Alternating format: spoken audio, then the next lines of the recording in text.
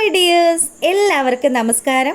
മൗനരാഗം സീരിയലിൻ്റെ നാളത്തെ super hit promo വിശേഷത്തിലേക്ക് എല്ലാ കൂട്ടുകാർക്കും സ്വാഗതം കേട്ടോ. അങ്ങനെ നമ്മുടെ ബകാസുരൻ രണ്ടും കൽപ്പിച്ച് വീട്ടിൽ നിന്ന് ഇറങ്ങുക. നല്ല ദേഷ്യത്തോടു കൂടി തന്നെയാണ് ആളുടെ ആ ഒരു നടപ്പ്. അങ്ങനെ വണ്ടി എടുത്ത് പുള്ളിക്കാരൻ നേരെ പോവുക. ചെന്ന് കാണുന്നത് നേരത്തെ നമ്മുടെ കിരണിനെ കൊല്ലാൻ വേണ്ടി ഒരാളുടെ അടുത്ത് ചെന്ന് ചട്ടം കെട്ടിയായിരുന്നല്ലോ. അപ്പം ആ അനസിൻ്റെ അടുത്തേക്ക് തന്നെയാണ് ബകാസുരൻ എത്തിപ്പെട്ടിരിക്കുന്നത്. അങ്ങനെ അയാളെ കണ്ടതും എന്തായടോ ഞാൻ പറഞ്ഞ കാര്യം? സാർ ഒന്നുകൊണ്ടും ആലോചിച്ച് ടെൻഷൻ അടിക്കണ്ട. ദേ കിരണിനെ പൂട്ടാനുള്ള കാര്യങ്ങളൊക്കെ ഞാൻ പ്ലാൻ ചെയ്ത് വെച്ചിട്ടുണ്ട്. അതങ്ങ് നടക്കാതെ പോയി കഴിഞ്ഞാൽ പിന്നെ നിൻ്റെ കാര്യത്തിലായിരിക്കും മറ്റൊരു പ്ലാൻ ഞാൻ തയ്യാറാക്കുന്നതെന്ന് രാഹുൽ അവനോട് പറയുക. എൻ്റെ പൊന്ന് സാറ് ചതിക്കരുത്. ദേ സാറിനറിയാമല്ലോ, എനിക്ക് അന്നൊരു കയ്യബദ്ധം പറ്റിപ്പോയതാ. അല്ലായിരുന്നെങ്കിൽ പണ്ടേ കിരണും അവൻ്റെ പെങ്ങളും സോണിയൊക്കെ മണ്ണോട് മണ്ണായേനെ. ഇത്തവണ പാളിപ്പോയി കഴിഞ്ഞാൽ ഞാൻ ചെയ്യാൻ പോകുന്ന കാര്യം ഞാൻ പറഞ്ഞത്. എത്ര ലക്ഷം രൂപ വേണമെങ്കിലും നിനക്ക് തരാൻ ഞാൻ തയ്യാറാണെന്ന് കൂടി രാഹുൽ പറയുമ്പോൾ അയാൾക്ക് വലിയ സന്തോഷമായി. സാറേ, വേണ്ടുന്ന പൈസയൊക്കെ ഞാൻ പറഞ്ഞോളാം. എന്തായാലും സാറിന് എത്രയും പെട്ടെന്ന് സാറിൻ്റെ അനന്തരവൻ്റെ അവൻ്റെ ജീവനില്ലാത്ത ജഡം അത് കാണാമെന്ന് പറഞ്ഞു. അങ്ങനെതാ പുള്ളിക്കാരൻ അവിടുന്ന് പോയതും നമ്മുടെ പ്രകാശനാണെങ്കിലോ, അല്ലട വിക്രം, നമ്മളിങ്ങനെ ഇരുന്ന് ഓരോ കാര്യങ്ങൾ ആലോചിച്ചൊക്കെ ഇരുന്ന് സമയം പോകുന്നതല്ലാണ്ട് നമ്മൾ അങ്ങോട്ട് പോകാനുള്ള കാര്യങ്ങളൊന്നും ചെയ്യുന്നില്ലല്ലോ. ഒരു കാര്യം ചെയ്യും, ഈ ഡ്രസ്സൊക്കെ അങ്ങ് മാറ്. ഇതൊക്കെ ഇട്ട് ഒരു ഭംഗിയില്ല. നമുക്ക് പോയിട്ട് നല്ല ഒന്നാം തരം ഡ്രസ്സും ഒക്കെ ഇട്ട് വേണം. അത്രയും ആൾക്കാരൊക്കെ കൂടി നിൽക്കുന്നതല്ലേ. ആ രൂപയും അവളുടെ മകൾ സോണിയൊക്കെ കരയുന്ന കാഴ്ചയൊക്കെ കാണുമ്പോൾ നമ്മളൊരു ഇച്ചിരി പത്രാസിൽ തന്നെ പോണോടാ. ദേ എൻ്റെ പൊന്നു പോയി നല്ലൊരു ഷർട്ട് ഇട്ടുകൊണ്ട് വരാൻ പറഞ്ഞു. പ്രകാശനും അത്യാവശ്യം കൊള്ളാവുന്ന ഒരു ഷർട്ടും ഒക്കെ എടുത്തിട്ട് അണിഞ്ഞൊരുങ്ങി അങ്ങനെ നിൽക്കുക. അച്ഛൻ മൊട്ട അടിച്ചെങ്കിലും അച്ഛൻ്റെ ഗ്ലാമറിനൊന്നും ഒരു കോട്ടവും തട്ടിയിട്ടില്ല അല്ലേ മോനേന്ന് വിക്രത്തോട് പ്രകാശൻ ചോദിക്കുക. ഏയ് എൻ്റെ അച്ഛൻ സൂപ്പറല്ലേന്ന് പ്രകാശൻ്റെ മൊട്ടത്തല തടകിക്കൊണ്ട് നമ്മുടെ വിക്രവും പറഞ്ഞു. അങ്ങനെ അവർ രണ്ടുപേരും അവിടെ നിന്ന് ഇറങ്ങാൻ തുടങ്ങുക.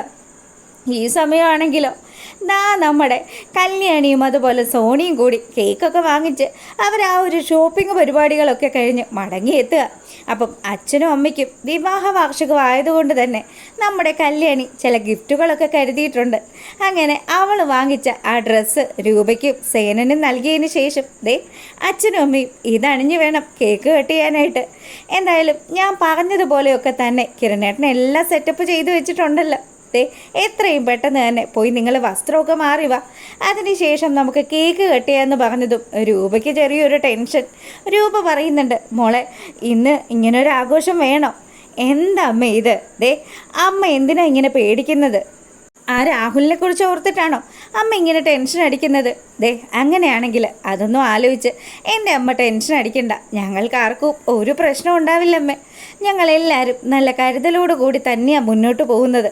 അയാൾ ഞങ്ങളെ എന്തെങ്കിലും ചെയ്യാൻ ശ്രമിച്ചാൽ അയാളുടെ മകളെ ഭ്രാന്തിയാക്കാനുള്ള ആ ഒരു കാര്യം, ആ മനോഹറിനെ കുറിച്ചിട്ടുള്ള ആ രഹസ്യം അത് ഞങ്ങൾ പുറത്തുവിടും. എന്തായാലും അതിനി അധികം താമസിക്കാതെ തന്നെ ഞങ്ങൾ ചെയ്യുമെന്ന് കൂടി കല്യാണി പറയുക. അതുകൊണ്ട് എൻ്റെ സുന്ദരി അമ്മ പോയി ഇതൊക്കെ ഉടുത്തിട്ട് വാന്ന് പറഞ്ഞ് കല്യാണി അമ്മയെയും അച്ഛനെയും പറഞ്ഞ് റൂമിലേക്ക് വിടുക. അങ്ങനെ അവർ നല്ല വസ്ത്രമൊക്കെ ധരിച്ച് ആ ഒരു ഹാളിലേക്ക് വരിക. ഈ സമയമാണെങ്കിൽ അവിടെ ബാക്കിയുള്ള കാര്യങ്ങളൊക്കെ സെറ്റ് ചെയ്ത് നമ്മുടെ കല്യാണിയും കൂട്ടരും ഒക്കെ കാത്തിരിക്കുക. അച്ഛൻ്റെയും അമ്മയുടെയും ആ കൂടിച്ചേരലിൻ്റെ 2ാം വാർഷികം.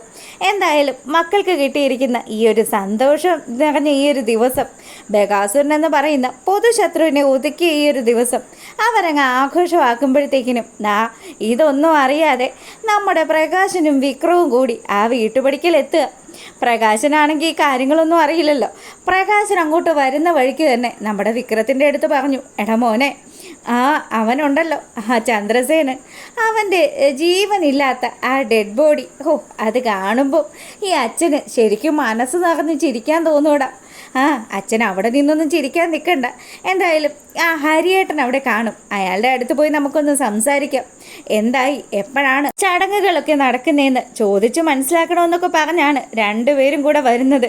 അപ്പോൾ മനസ്സിലുള്ള സന്തോഷമൊക്കെ മുഴുവനും അകത്ത് ഒളിപ്പിച്ച് വെച്ചുകൊണ്ടാണ് ഈ 2 ബിരുദന്മാർ നമ്മുടെ സേനൻ്റെ വീട്ടിലേക്ക് വരുന്നത്.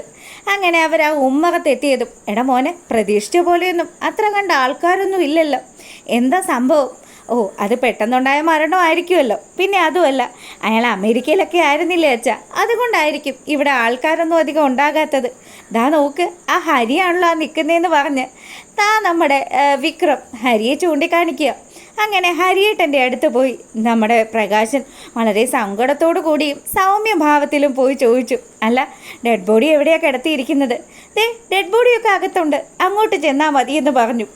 ഇവൻ കയറി ചെല്ലുമ്പോൾ കാണുന്ന കാഴ്ച സേനനും രൂപയും കൂടി ചേർന്ന് ആ കേക്ക് കട്ട് ചെയ്യുന്ന കാഴ്ചയാണ്. അത് കണ്ടതും നമ്മുടെ പ്രകാശന് ചങ്ക് തകർന്നു.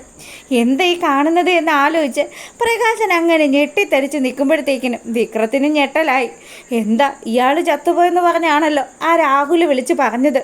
എന്നിട്ട് അയാളല്ലേ ഈ നിന്ന് കേക്ക് കട്ട് ചെയ്യുന്നത്.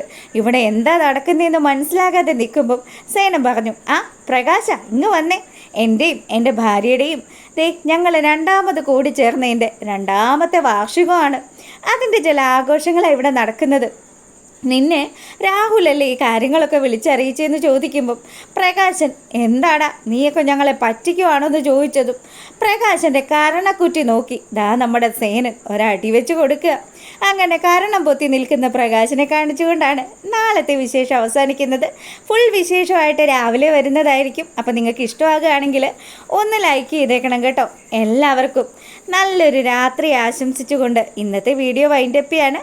അപ്പോൾ okay, good night, thank you.